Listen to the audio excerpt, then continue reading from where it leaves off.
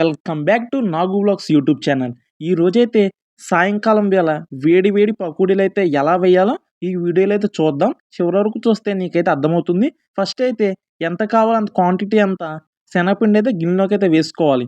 గిన్నెలోకి వేసుకున్న తర్వాత మీరైతే వరిపిండి అయితే కొద్దిగా యాడ్ చేసుకోవాలి. అప్పుడే మీకైతే పకోడీ అన్నది చాలా క్రిస్పీగా, అది కూడా ఒక బండి మీద ఎలా ఉంటాయో ఆ స్టైల్లో అయితే ఉంటాయి అండ్ ఆ టేస్ట్లో ఉంటాయి.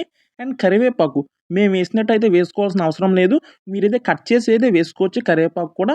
అండ్ తర్వాత అయితే తగినంత కొత్తిమీర కూడా వేసుకుందాం. కొత్తిమీర యాడ్ చేస్తే మీకు టేస్ట్ అయితే ఇంకా బాగుంటుంది. తర్వాత కొద్దిగా సన్నగా తరుక్కున్న అల్లం ముక్కలు అండ్ పచ్చిమిర్చి అండ్ కొద్దిగా ఉల్లిపాయ ముక్కలు కూడా మనం అయితే యాడ్ చేసుకోవాలి. అప్పుడు ఇంకా టేస్ట్‌గా ఉంటాయి. ఉల్లిపాయలు ఎక్కువే ఉండాలి. తర్వాత మీ టేస్ట్‌కి తగినంత సాల్ట్‌ని అయితే యాడ్ చేసుకోండి. సాల్ట్ అయితే తక్కువ యాడ్ చేసుకోండి. ఎక్కువైతే పకోడీలో అయితే బాగోదు. మా పకోడీలో అయితే సాల్ట్ అయితే ఎక్కువైంది. మీరైతే తక్కువే యాడ్ చేసుకోండి. అండ్ తర్వాత లైట్‌గా పసుపు అయితే ఏసుకోవచ్చు. అండ్ పసుపు అయితే మీ ఇష్టం వేసుకున్నా పర్లేదు, వేసుకోకపోయినా పర్లేదు. అండ్ తర్వాత అయితే కొద్దిగా వాటర్ అయితే పోసుకొని లైట్‌గా అయితే మిక్స్ చేసుకోవాలి. అండ్ అలా మీరు వాటర్ పోసుకుంటా మిక్స్ చేస్తే అది కొంచెం జోరన్నది అవుతుంది. అలా వాటర్ పోసుకుంటూ మిక్స్ అయితే చేసుకోవాలి.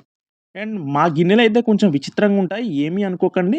అవైతే మేమైతే మారుద్దాం అనుకుంటున్నాం. కానీ అయితే మార్చలేకపోతున్నాం డబ్బులున్నా సరే.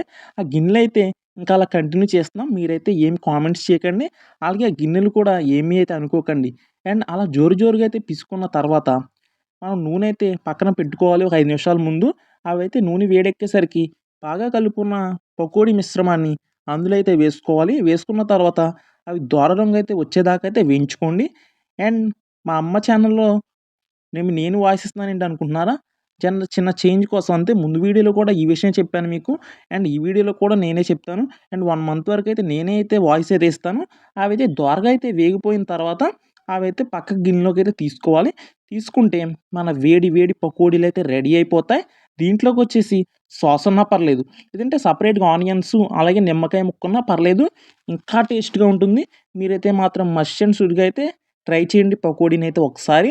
ఈ పకోడీ వచ్చేసి సాయంత్రం టైంలో తింటే ఉంటుంది. దిమ్మ తిరిగిపోతుంది. మార్నింగ్ అంతా ఎండలో ఉండి ఉంటాము.